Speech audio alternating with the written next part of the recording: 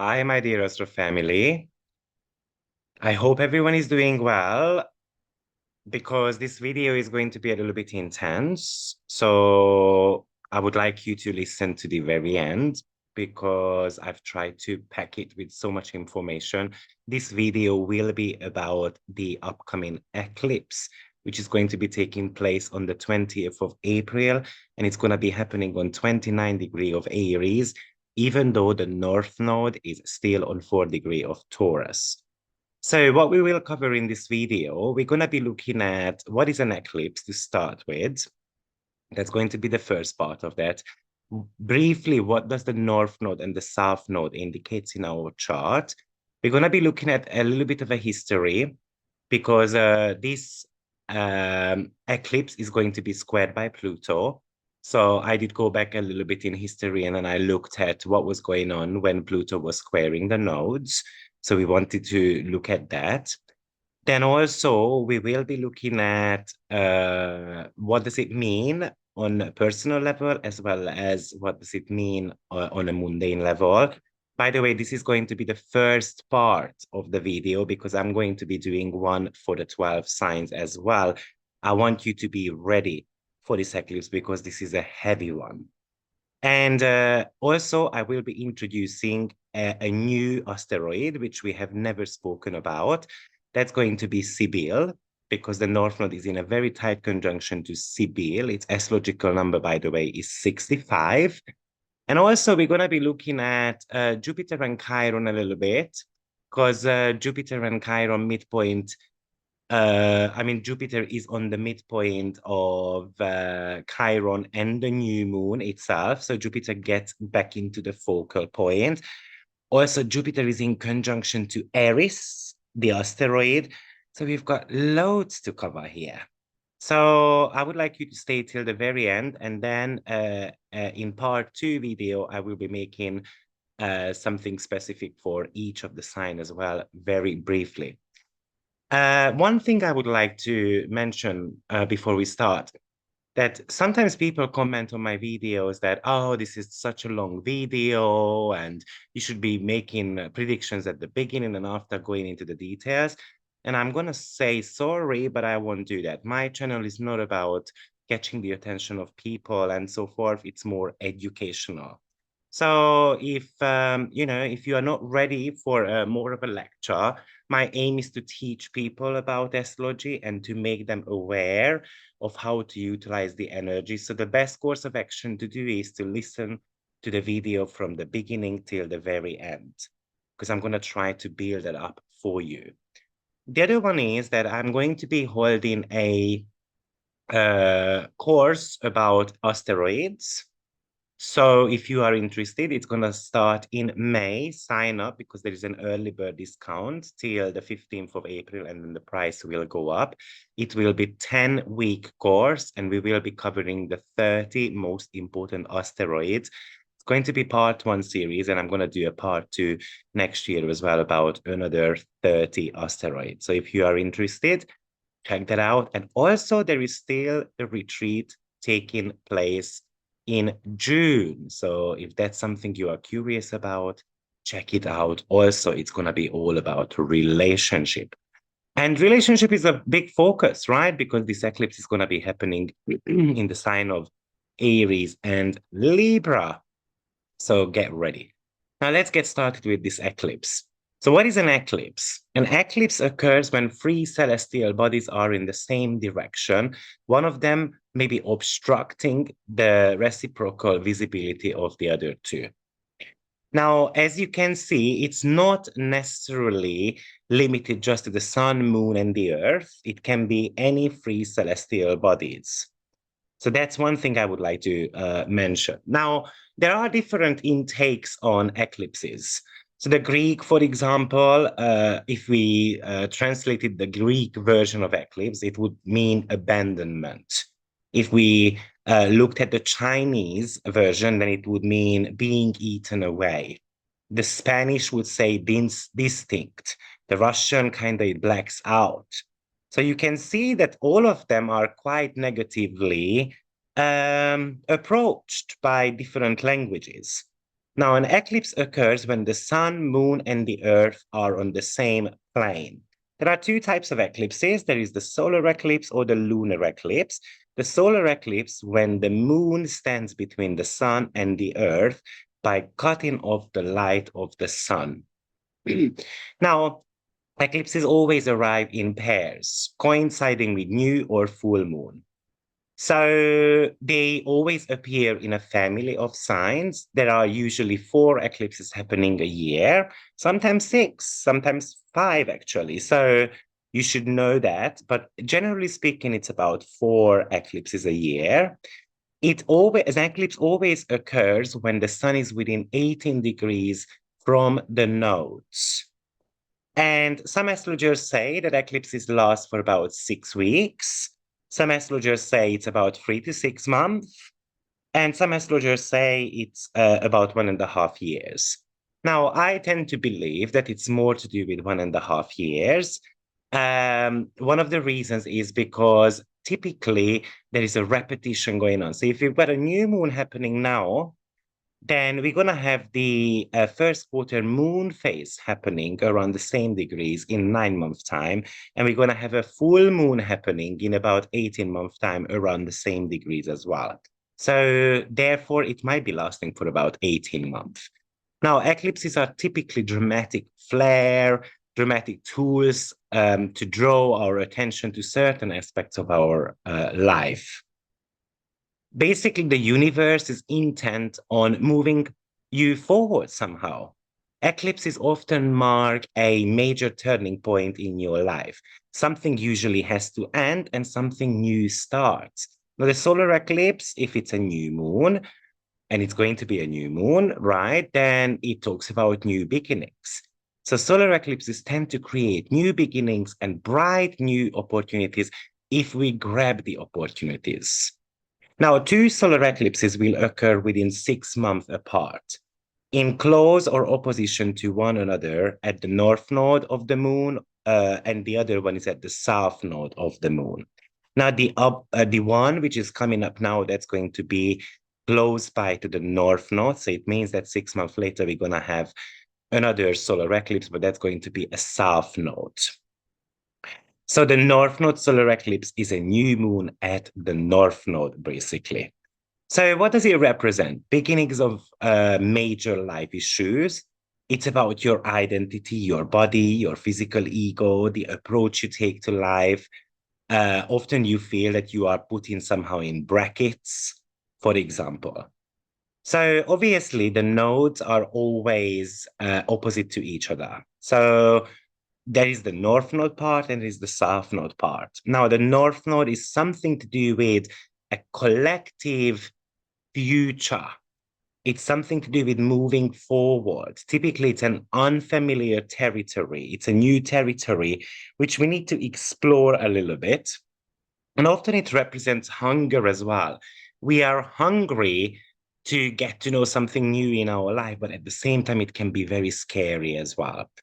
Now, the South Node can represent the past, but also where we are coming from. So where does the problem originate from? Often it is said that it's something we need to leave behind, but because it's a comfort zone as well, and meaning that it makes us feel comfortable, right? Who the heck wants to leave comfort behind? Right. So I usually say that the South Node and the North Node just needs to have a great amount of balance between them two, and then it works brilliantly. The South Node can represent your talents, but also your instinct as well. It's something you learn throughout plenty of lifetimes. That's the reason why you feel very comfortable around your South Node. You should remember that the eclipses have got approximately about 18.6 years cycle. So when we are talking about the eclipses, for example, in Taurus and Scorpio, then in 2022, 2023, you might want to go back, okay, what was going on about 19 years before? So we're talking about 2003 and 2004, because we can get a better picture of what to expect from these nodes. So that's another very important key success factor here. Now, this is going to be a solar eclipse, and it is within 5 degrees from the North Node. So this is more of an intense one because the closer it gets to the North Node or the South Node, the more important it becomes. Now, what I did was, let's get started with this eclipse right now, what it might mean for us. So first of all, the major event, what you can, or the major configuration, what you can see here is that Pluto is squaring the nodes. And it is going to be lasting for about till about November this year. So it lasts the entire year. So therefore, we're going to have to talk about that quite a lot. Now, I went back in history a little bit to check what was going on the last time when we had eclipses and then Pluto was squaring. And straight away, we had one in 2000 and, well, we had one in 2020 on the 11th of January. Even though the nodes were on 8 degrees of Capricorn and Cancer, but we did have a Pluto and Saturn conjunction going on. Now, those are the rulers of, Saturn was the ruler of the node in the sign of Capricorn, and it had a conjunction to Saturn. Now, even though, Pluto was playing a big part, Saturn was the ruler of the South Node, by the way. So at that time, South Node was in the sign of Capricorn, therefore North Node was in the sign of Cancer. We do know what was going on in 2020, January onwards, right? So we don't necessarily need to talk about that. But this is not really a square, right? It was more about a conjunction. So when we had, though, a square from Pluto to the nodes, that was 2014, almost the entire year. So we had obviously a couple of eclipses happening there. One of the most major one was the lunar eclipse in October 2014. Now, the North Node at that time was on 19 degree of Aries, and the South Node was on 19 degree of a Libra. The Sun and the Moon opposition happened on 15 degree Aries to 15 degree of Libra. So it was pretty close.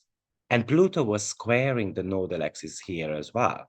But that was the very last time. So it's worth going back. What was going on in 2014 in your life? Basically, sometimes between April till October or November. And I looked up what was going on in the world a little bit. So US launched airstrikes on Kobani. That happened actually on 14th of October. Now, first of all, Pluto represents power hunger. It represents terror attacks. It represents, I want to show how strong I am. And of course, it's about money as well. Then we had Morales wins third consecutive term in Bolivia. That happened on 12th of October. So this Pluto square can bring up some topics in Bolivia. Britain voted to recognize Palestine. That was on the 13th of October. And then we had a gunman attack against Canada's parliament. But other bits and bobs happened as well this year. For example, the Malaysia airline flight 370 disappeared.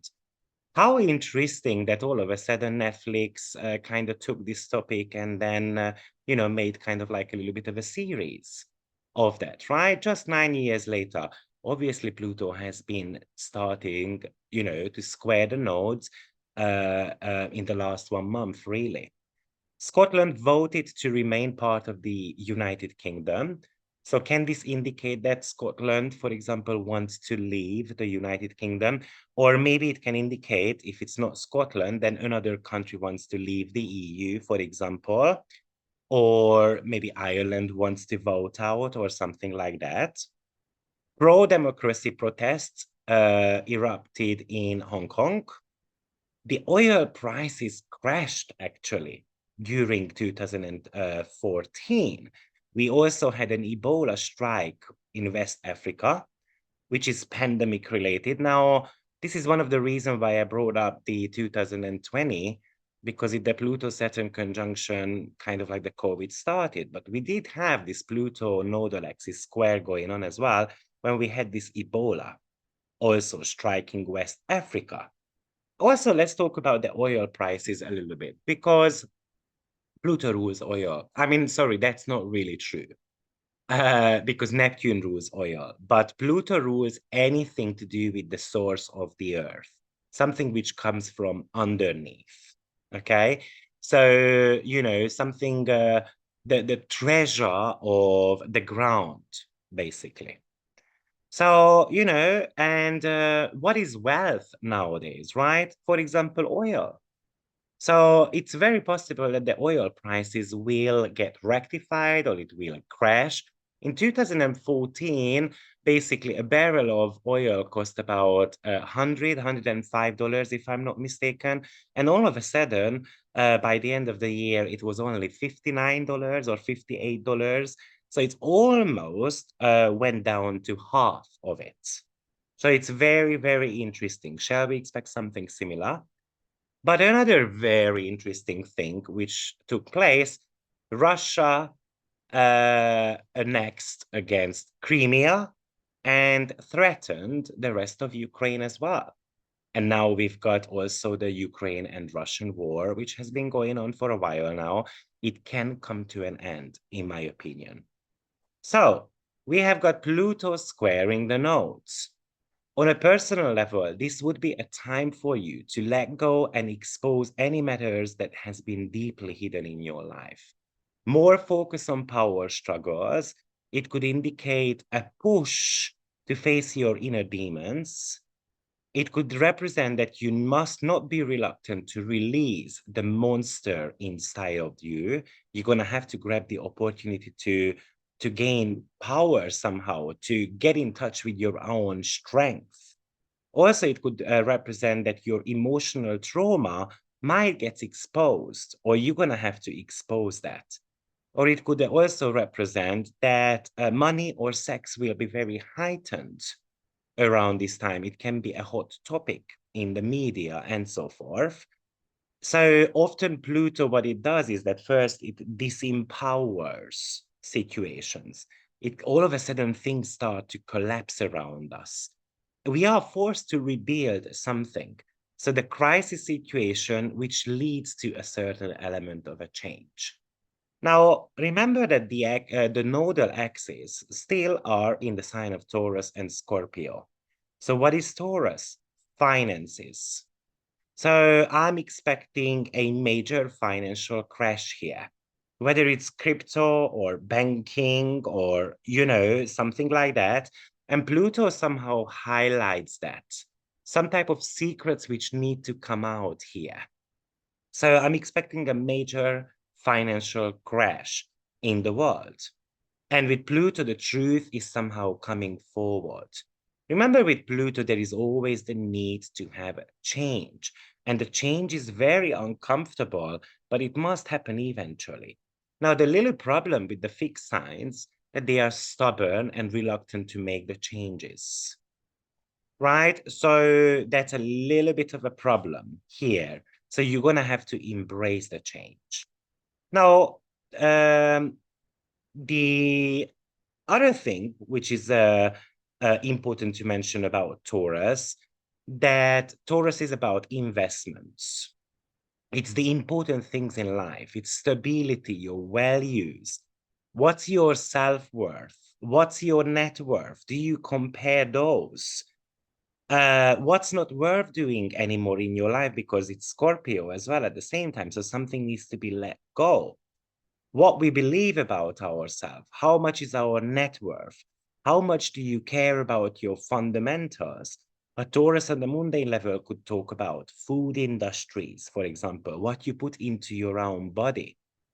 It could represent, for example, that a bigger company is going to go bankrupted, or the market is going to crash, or a company is going to announce financial losses, for example.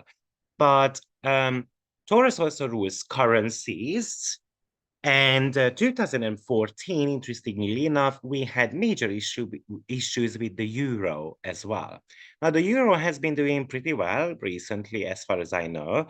So it might be an indication that the euro is going to be struggling in the next 6 to 7 months. It could indicate that certain currencies may start disappearing or they just be crashing. Um, so with Pluto squaring the node, it's kind of like a power source outage. So what is power? Maybe electricity issues, right? It could also talking about hacking as well, maybe an internet system, right? Because Pluto is in the sign of Aquarius. It could be a cyber attack that leads to crashes of markets and uncertainty overall. It could talk to you about airline issues, or just all of a sudden power goes off, people go on a riot. But Taurus also represents the forest, for example. So environmental pollution and protection can be a major topic, and it can actually talk to you about forest fires as well due to extreme heat. Or the cost of import and export could be a major topic here. Experimentation with food, genetically modified food, or the restrictions around it, or limited food supply. Taurus is about gardening, fruits, luxurious items such as chocolate or coffee beans, and those type of things which are not necessarily always essential. So these might be something which is going to be um, um, coming up as a potential topic. But I also believe that there is going to be another side to the story as well. Now, the other thing which I would like to mention for you, that we did have a Uranus-Mars North Node conjunction back in 2022 July. And that happened on 18 degree of Taurus. Why is it important? Because in 2023 April, Uranus is back to 18 degree of Taurus. So we had the conjunction straight after Uranus went retrograde. It walked back to 14 degree of Taurus by 2023 January. Now it's scraping back to that 18 degree and it's going to get there in April. So it's worth going back and looking at what was going on in our life in 2022 July as well. Now you can think back of your own personal life, but I did a little bit of a research here as well to see what was going on in the world. Japan's former prime minister died after he was shot in the chest while giving a speech. So shall we expect something similar? Maybe not, as I said, unfortunately, Pluto represents terror attack and stuff like that. So unfortunately, it's a possibility. But also, we had Boris Johnson, who resigned as UK Prime Minister after 50 ministers quit to protest his leadership. So, shall we expect something similar around that too? Then we had wildfires tearing through Europe because there was an intense heat wave going on. Now, most likely this should not happen in Europe. However, I would like to point out that this Pluto square, the nodes will be extremely active, especially in June and July. Why is that? Because the nodes will be exactly squaring Pluto around that time, but we start feeling it from April onwards. And at the same time, in July, the nodes are going to be shifting sign. They're going to go into the sign of Libra and Aries, activating the 29 degree where the new moon is taking place now.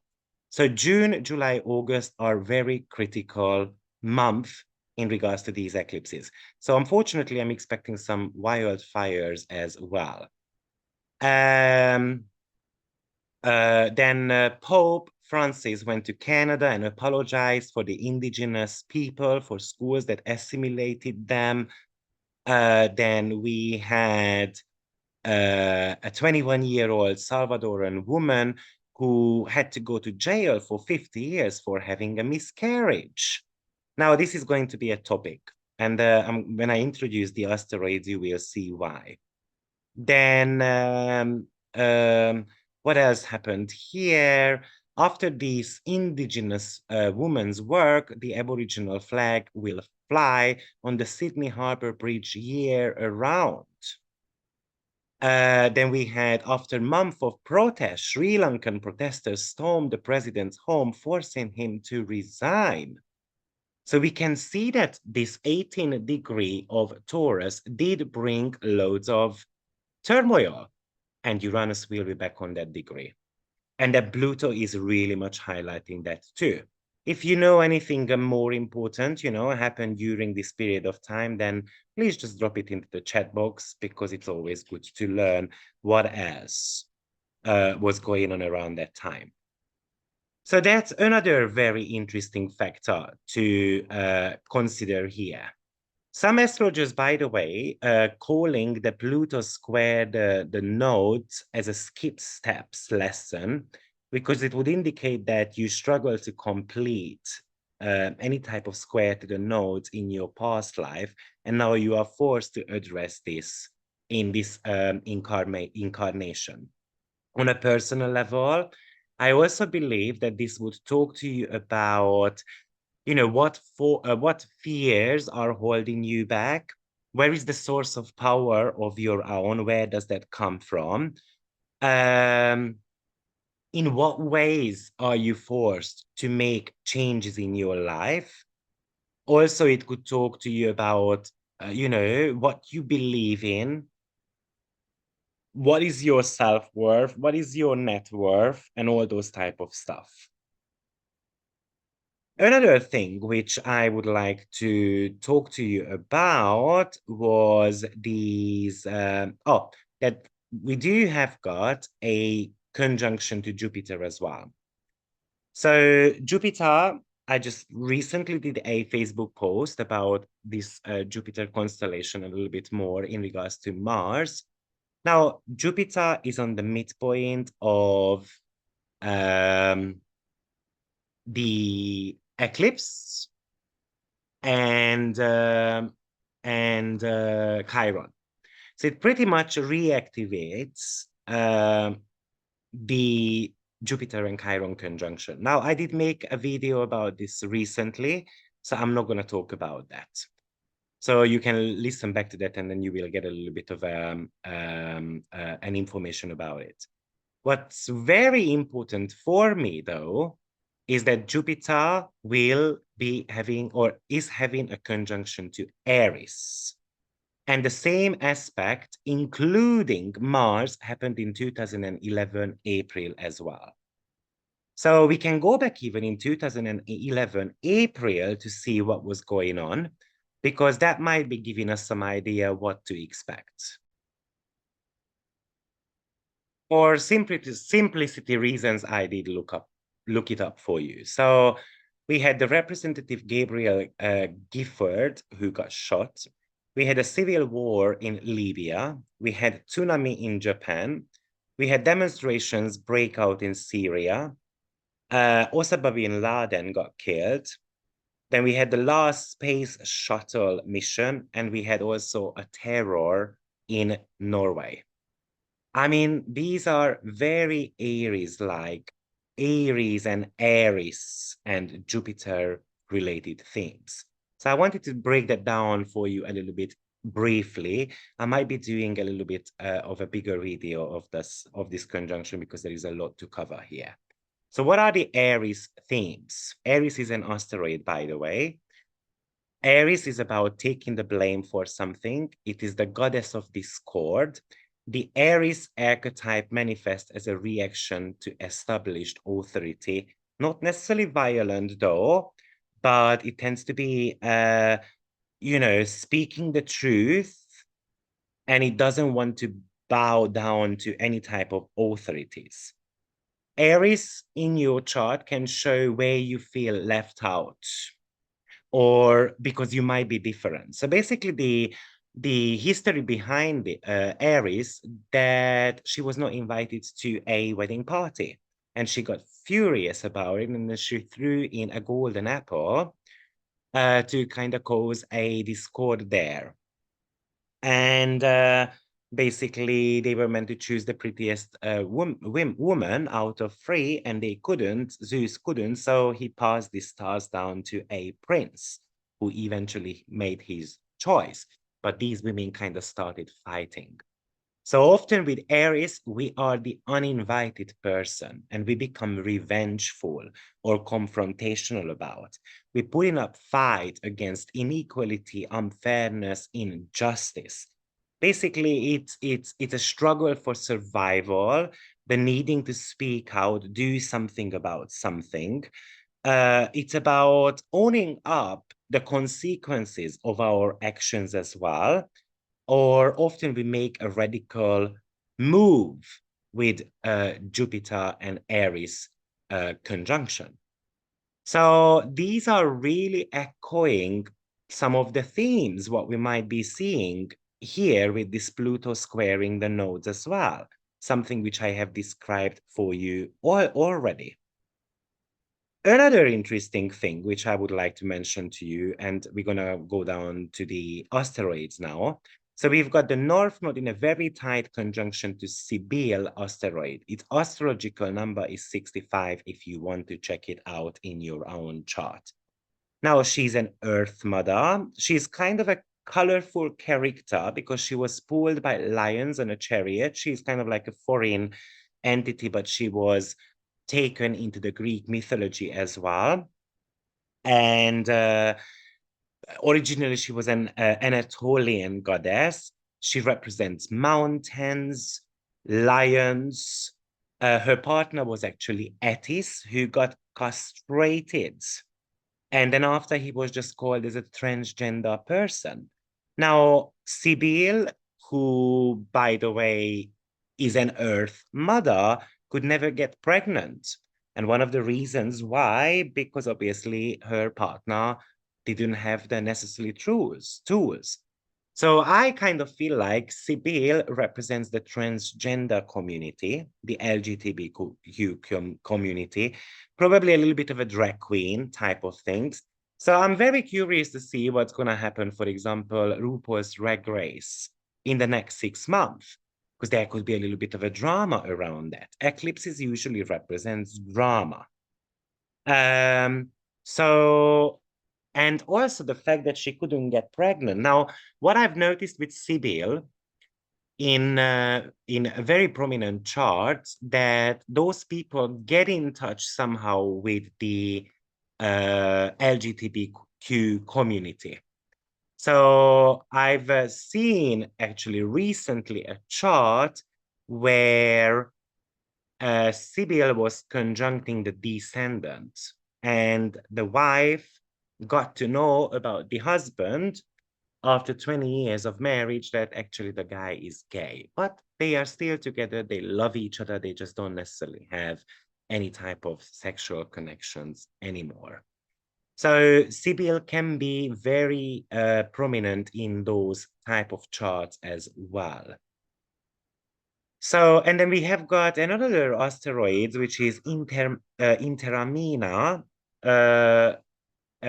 It's on 29 degree of Aries currently. Its astrological number is 704, but it's the fifth largest asteroid after Vesta, Pallas Athene, Ceres, and Hygeia, but there is not enough astrological or astronomical research about it. All we know is that it somehow represents babies and creativity. And if I'm not mistaken, it was actually discovered by an Italian astronomer. And the reason why they gave its name to it was, that was the Latin version or the Latin name of, I think, Turin, if I'm not mistaken. But I might be not true about it, so don't take it for granted. But I think this asteroid can represent actually Italy as well. So, but can you see it's about babies, it's about transgender communities, it's about fertility matters, and that's the Taurus and Scorpio axis anyway. So that might be a huge topic in the next 6 months.